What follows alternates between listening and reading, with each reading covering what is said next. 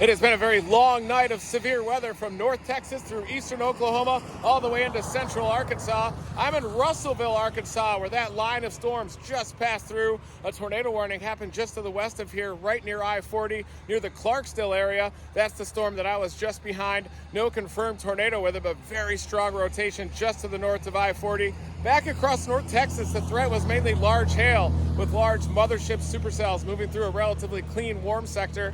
But those storms are continuing to move off to the northeast through far southeastern Oklahoma towards central Arkansas. Tomorrow looks like an even more substantial severe weather day with an open warm sector setting up across Mississippi into western Alabama, possibly all the way up into western Kentucky as well. Looks like a classic bimodal type of a severe weather event with a northern cluster of severe weather and an isolated tornado threat moving into western Kentucky, including extreme southern Illinois. I think that the instability is going to be a little bit lacking for that northern mode because of all the storms that are happening out here in Arkansas. Those are moving off to the northeast and might limit destabilization with the northern mode of severe weather. But further south into central and northern Mississippi, I expect bands of renegade supercells to develop first near the I-55 corridor by about the mid-afternoon time frame, 2-3 p.m., and those are going to lift through northeastern Mississippi, eventually through northwestern Alabama as well. Wind shear is going to be supportive of a tornado threat as well with that southern mode of severe weather tomorrow.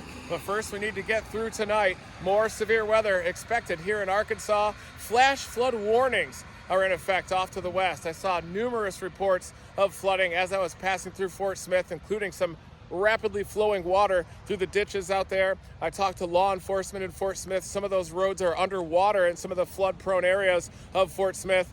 And more of the same story in the days to come across portions of the Mid-South. Flash flooding is definitely going to be a concern. And then behind this system, the cold air floods back south. And then the focus is going to be shifting toward a potential ice storm across eastern Oklahoma and through the Ozark Mountains. But an active day of severe weather across the warm sector continues through the day tomorrow.